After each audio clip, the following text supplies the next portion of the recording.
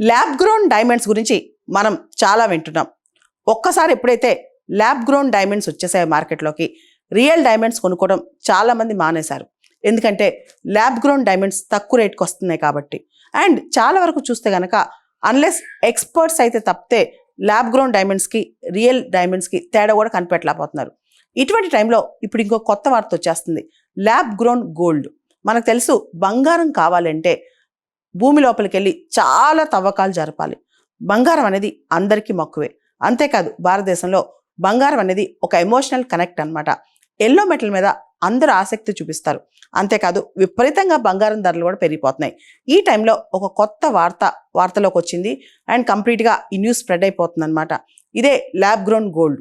Actually mercury కానీ platinum కానీ దానిపైన న్యూక్లియర్ రేడియేషన్ వెళ్ళేలా చేసి కొన్ని చేంజెస్ తీసుకొస్తారనమాట ఆ మెటల్స్లో.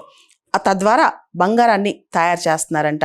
ఇదొక కఠినమైన ప్రాసెస్, న్యూక్లియర్ ట్రాన్స్మ్యూటేషన్ అంటున్నారనమాట. ఈ ప్రాసెస్ ద్వారా ల్యాబ్ గ్రోన్ గోల్డ్ని తయారు చేస్తున్నారంట.